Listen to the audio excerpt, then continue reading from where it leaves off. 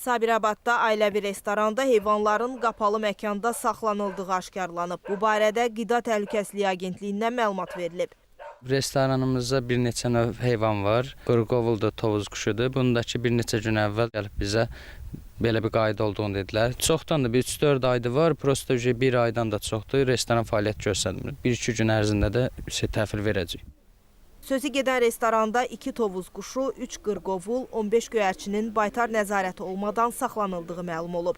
Aktadan bildirilib ki, sahibkarlıq subyektinə quşların xüsusi mühafizə olunan təbiət ərazilərinə və ya heyvan rifahı tələblərinə cavab verən heyvan parklarına təhvil verilməsi, saxlandığı yerlərdə təmizlənmə, dezinfeksiya və digər baytarlıq sanitariya tədbirlərinin görülməsi ilə bağlı tapşırıqlar verilib.